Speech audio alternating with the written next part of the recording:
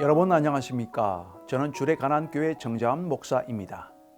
오늘의 칼럼은 요한복음 12장 20절에서 36절로 구원의 길에 이르는 빛 대신 예수님이라는 제목으로 말씀을 나누도록 하겠습니다.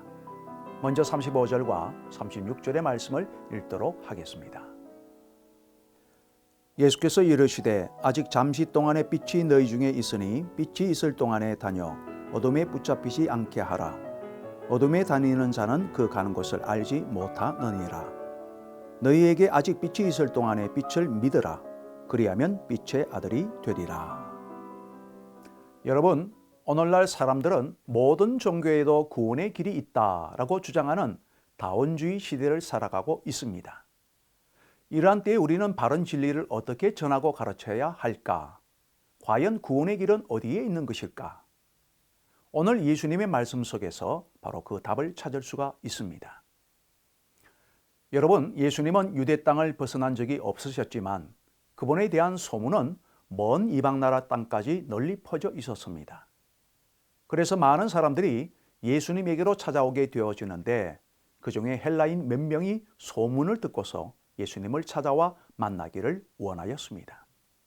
사실 이들이 예수님 만나기를 원한 이유는 구원에 대한 갈급한 마음이 있었기 때문이죠.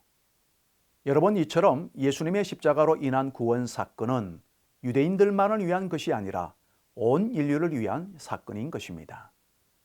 헬라인들을 만나신 예수님은 그들에게 구원의 길에 관한 귀중한 세 가지의 말씀을 주셨는데, 첫째는 한 알의 밀알이 땅에 떨어져 죽어야 한다는 말씀이었습니다. 이는 예수님의 십자가 죽음에 관한 말씀이었죠. 그리고 둘째는 영원한 생명에 관한 말씀으로서 이는 영원한 생명을 얻는 방법을 알려주신 말씀이었습니다. 셋째는 섬김에 관한 말씀으로 이는 예수님을 따른다라고 하는 것이 과연 무엇인지에 대하여 가르쳐 주신 말씀이었습니다. 이처럼 예수님은 헬라인과의 이 대화를 통해서 예수님께서 이 땅에 오신 목적이 무엇인지를 분명하게 밝히신 것이죠. 또한 예수님께서는 이 십자가의 길을 걸어가심에 하나님의 도우심과 이 길이 하나님께 영광이 되도록 기도를 하셨는데, 그러자 하늘로부터 예수님을 향한 위로의 말씀이 들려왔습니다. 이에 힘을 얻은 예수님께서는 자신이 십자가에 달리시지만 그러나 그 죽음이라고 하는 고통을 넘어서 반드시 승리하실 것임을 말씀하셨습니다.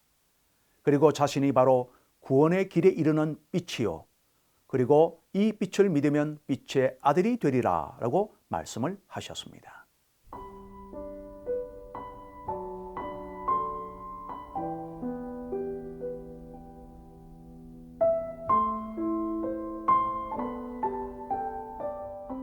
사랑하는 CTS 가족 여러분, 예수님은 구원의 길에 이르는 빛이 되십니다. 이 빛을 믿고 그분을 따르는 자만이 구원에 이르게 됩니다.